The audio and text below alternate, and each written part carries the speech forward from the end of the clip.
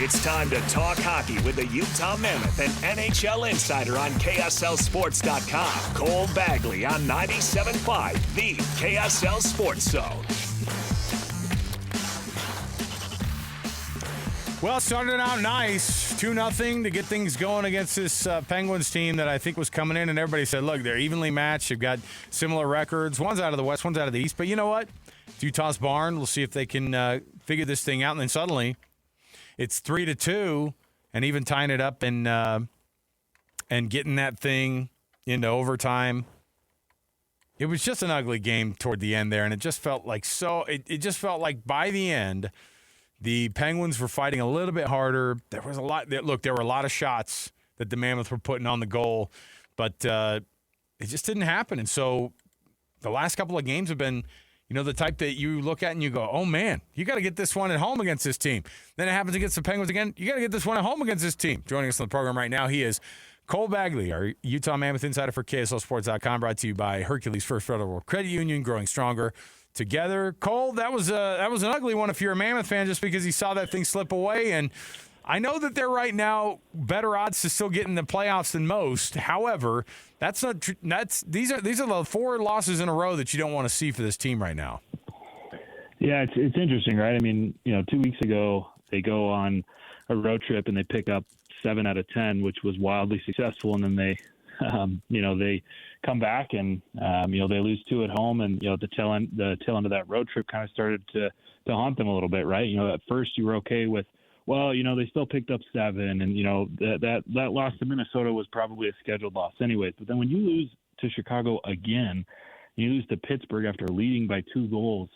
This team has to do some soul searching. That's the way that Ian Cole described it. He said that the status quo is not acceptable. And, they're clearly not handling the pressure well. They need to handle it better. He said that they were going to have a big meeting the day after the loss to Pittsburgh, because now's the time to figure it out. I mean, I think as of this morning, their odds to get into the playoffs was like 85%, which is still good. But these next 2 weeks are absolutely brutal. It's Dallas, it's Vegas, it's Anaheim, it's LA, it's Edmonton, it's Washington, it's LA again. All of those teams are battling for playoff spots. I mean, Dallas not so much, but Dallas is the second best team in the National Hockey League. So to have to play them and then a whole bunch of other teams who are battling to get in, this is going to be a challenge for Utah. Andre Turney said the lack of maturity today in our game and our management cost us the game. We were in full control. We had no reason. What does he mean by that? What the lack of maturity? Where did that show itself in that loss? Yeah, I think over these last couple of games, aside from Minnesota, I mean, you play Chicago twice in the span of 4 days, and then you play Pittsburgh without Malkin and without Crosby. They just lack the maturity to get it done. You go up 2 goals over Pittsburgh in a game that you should win 3-4-5-0, and then you take 3 penalties in short order. You give them a 5-on-3. You give up a 5-on-3, you're begging to be scored. I mean, the percentage of the power play goes up tremendously. When you have a 2-man advantage, and it opened the door, right? I think that's where they lacked maturity. Was, look, you're up 2-0 at home at Pittsburgh. This is 2 easy points. It's going to, improve your chances to plus 90% to get into the playoffs. And, they were cruising. They were far and away the better team, but they let their guard down. They took some bad penalties, not just bad penalties, but penalties in the offensive zone. There is no reason to take a penalty in the O zone. It's just, if you lose the puck, you back check and you live with the results. And so I'd say that's where they lacked it. And then, you could just feel it snowballing, right? Pittsburgh gets 1, then they get 2, then they get, they take another penalty and they get a 3rd. And then, Utah ties it up, but it just never felt like Utah could regain momentum, and it cost them big time. How do you see these guys right now playing? Is there like a lack of chemistry? Sometimes, Bears kind of referred to it, and I think when they lost this game in overtime to Chicago last week, it was like, hey, look, we were playing really hard, and that was one thing, and it just didn't go to the back of the net. Like, a bunch of pucks that usually hit the back of the net there, they weren't there. But it seemed like that they didn't just allow Pittsburgh to get back into this thing. It seemed like Pittsburgh toward the end there in the last 5 or 6 minutes just played a little harder, and despite the fact that Utah had moments. It just seemed like Pittsburgh did the thing where they just shut the door on them and said, you know what, we've done this before. We're doing this right now. We know what to do. And this team looked a little bit lost. Is there a lack of chemistry right now that's happening, or is there more just like a, hey, this is the way the puck, kind of flutters a little bit? It's tough to predict sometimes.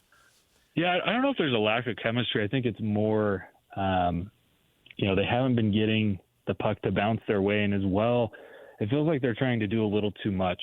And, it was interesting. After the overtime loss to Chicago, a game that they had finally reunited Peterka and Gunther and Cooley, and that line arguably was their best. They produced 2 goals.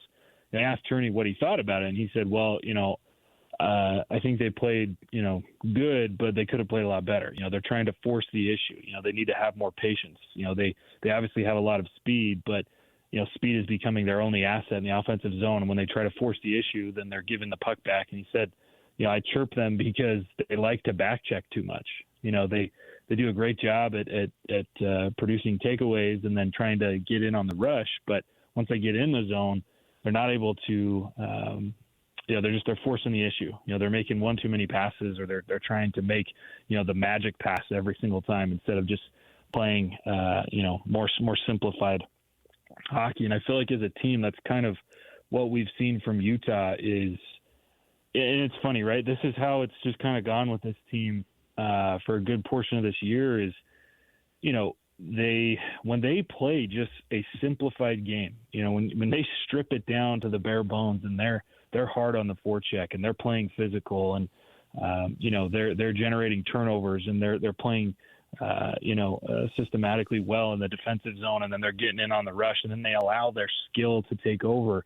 That's when they're successful. But when they try to do too much and they try to make it look, too pretty, and they're passing on grade A scoring chances and, making the extra pass, and then at that point the defense reads it or the goaltender reads it. I don't think it's necessarily a lack of chemistry. More is I think they're just in their heads and they're trying to do, just a little bit too much. Their wild card lead is melting, and now they've got to go on the road tonight and face the hottest team in the league, the Dallas Stars, who have won 4 straight. They're 9-1 in their last 10. They're only 3 points behind the Avalanche. We didn't think anybody would catch the Avalanche, and here the Dallas Stars have a chance. What do the Mammoth have to do tonight to get it feels impossible right now. And if this streak goes to 5, Cole, it's going to feel really – I think things get even more tense. Yeah, they have to play a perfect hockey game, essentially. Ugh. Tonight has to be the best game of the season for the Mammoth. Like you pointed out, Dallas they're the hottest team in the league right now. They're gaining on Colorado, which, like you said, didn't seemed impossible. During certain stretches, they have the second best power play in the league. You need a perfect game in every zone. They have to be strong on the puck. They have to generate, extra chances. They have to go to the crease. They have to be strong in front of the goaltender. And then, they absolutely cannot take any penalties because this Dallas team is scoring, pretty much every third power play, they're putting one in the back of the net. And so you take 3, they're probably going to score on you. It's going to be a challenge. And that's why, I think if you would have told Utah, hey, you get to play Chicago 3 times in 12 days towards the end of the season, you're probably looking at that, and licking your chops going, oh, man, that's 6 points in short order. That's 6 points. We really need them. They ended up with 2 points. And then, where Pittsburgh was so shorthanded. Like, it's just they didn't take care of business when they needed to, and they're in some trouble. So it's going to take some serious effort. They have to play the best hockey of the season, not just tonight, but, arguably through the next 2 weeks. Cole, who's somebody who you look at and you go, this guy's got to step up. This person has to be that leader, or you got to see more production out of this guy. Who is the person you're looking at and you go, they step up, everybody else responds, and this thing goes, on the up and up for this Mammoth team? Yeah, I think it starts at the back. It starts with Karel Vejmelka. Generally the teams that make the playoffs are the ones with the better goaltenders, and the teams that do well and compete for Stanley Cups.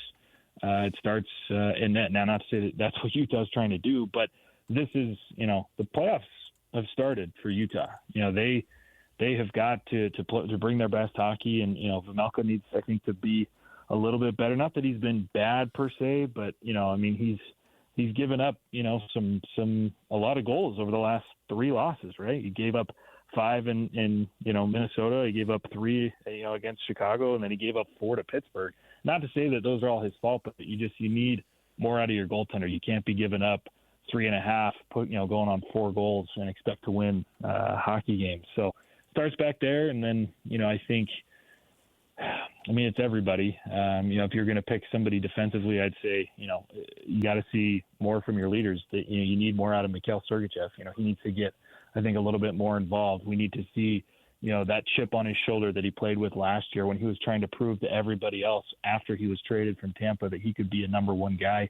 And then offensively, I think you need to see more from the top line. And they've been good, but I feel like they've gone a little quiet over the last few. I'd like to see more from the guy that just signed a $64 million contract, and his wingman Clayton Keller, and then Lawson Krause. So it's going to take everybody, but I think it starts in the net, and Vejmelka he needs to find an extra gear here and give his team a chance to win every night. Yeah, this kind of kicks off a really brutal stretch of the schedule that you referenced earlier. I'm going to go through it real quick for people listening. At Dallas tonight, at Vegas Thursday. Then you've got Anaheim, who leads the Pacific Division. The Kings are fighting for that wild card spot. The Oilers have 2 of the best players in the world. The Capitals have a legend, and they're loaded with talent, and they're fighting for their lives. And then you get the Kings again on the road, and then you finish that with the Kraken, who are right on your heels. This stretch is brutal. What do they have to do to attack this stretch the right way? Because obviously they didn't do that recently. How do they get it done during this stretch? Because this is brutal. Play desperate hockey. You have to simply want it more than these other teams, right? Like, you got to win every battle, and if you don't win, you don't win the battle, then you back check and you win the pucks back, and they have to find that extra gear, and at a minimum, they got to play 500 hockey. At a minimum, you have got to win half of these games, and it's tough. I mean, you list off those teams, and it's like every single one, for the most part, is either one of the best teams in the world or viciously, clawing for a playoff spot. I mean, the fact that they have to play LA twice in the span of like 6 days, that's brutal, and Seattle.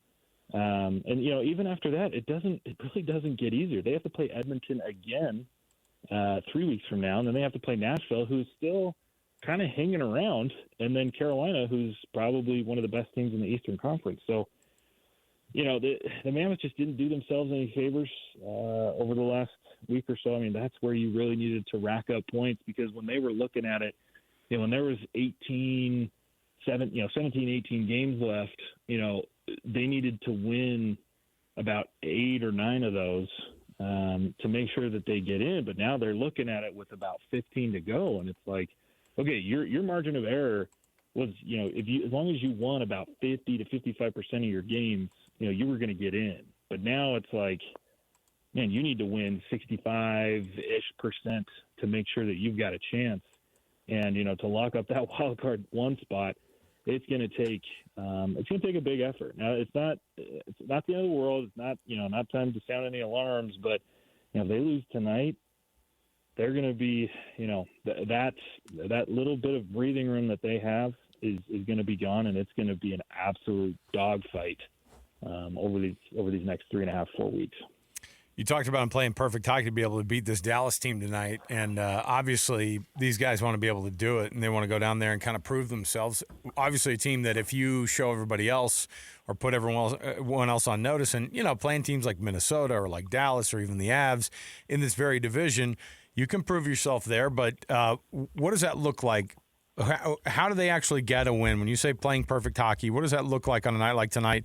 If Dallas is just a little bit off of their game, how do the Mammoth pounce?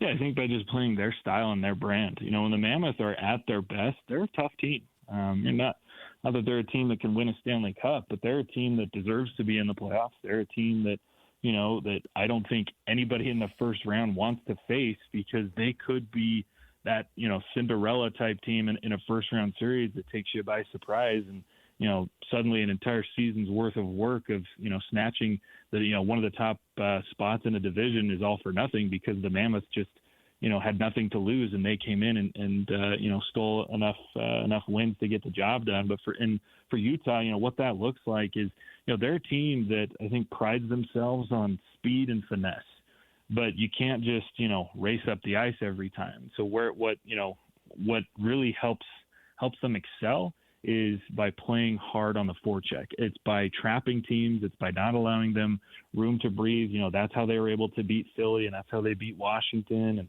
and that's how they beat Minnesota a couple weeks ago. Is when they're pounding the D, when they're making sure that the defense is not able to run their breakouts, that they're finishing their checks, then they can win the puck back and they can utilize their speed and finesse to break teams down, right? It's, Keller over in the corner feeding Gunther from across the ice. It's circulating it through Sergachev and finding Schmaltz in the bumper. That is how Utah, has succeeded this year. And it's funny, right? Like it's really not overly complicated. They know what their identity is. They know who they are. But I think, like we talked about, when they try to do too much, that's when they get out, they get away from their game and open the door for teams to stick around and take advantage of them. And so they got to stay away from that. Just play their game. As long as they play their game, they will have a chance to beat Dallas tonight. You can get the hat trick tonight from Cole Bagley, our Utah Mammoth insider from KSLSports.com. Those things hit your I just have the notification turned on. So as soon as it hits, then I get the breakdown from Cole, and you can do the same thing. All you have to do is just go to KSLSports.com. You could download the app and then get those notifications going, and you'll get those right to your inbox. So, Cole, we appreciate it, man. We'll chat with you again, hopefully in a better I love how we're drilling you. Like, what's your problem with this team, man? Like, why are you guys keep losing so much? Yeah, it's like, if you're covering the team, we're going to come after you. Now, when they start winning, JJ and I go, isn't it great what's going on in this market? Man, our Mammoth, you look great. Oh, yeah. Now I'm like asking for questions from you, or asking for answers from you. So I know you're looking for them too, but we appreciate you joining us as always, Cole. Thanks, guys. Appreciate it. There you go. Cole Bagley.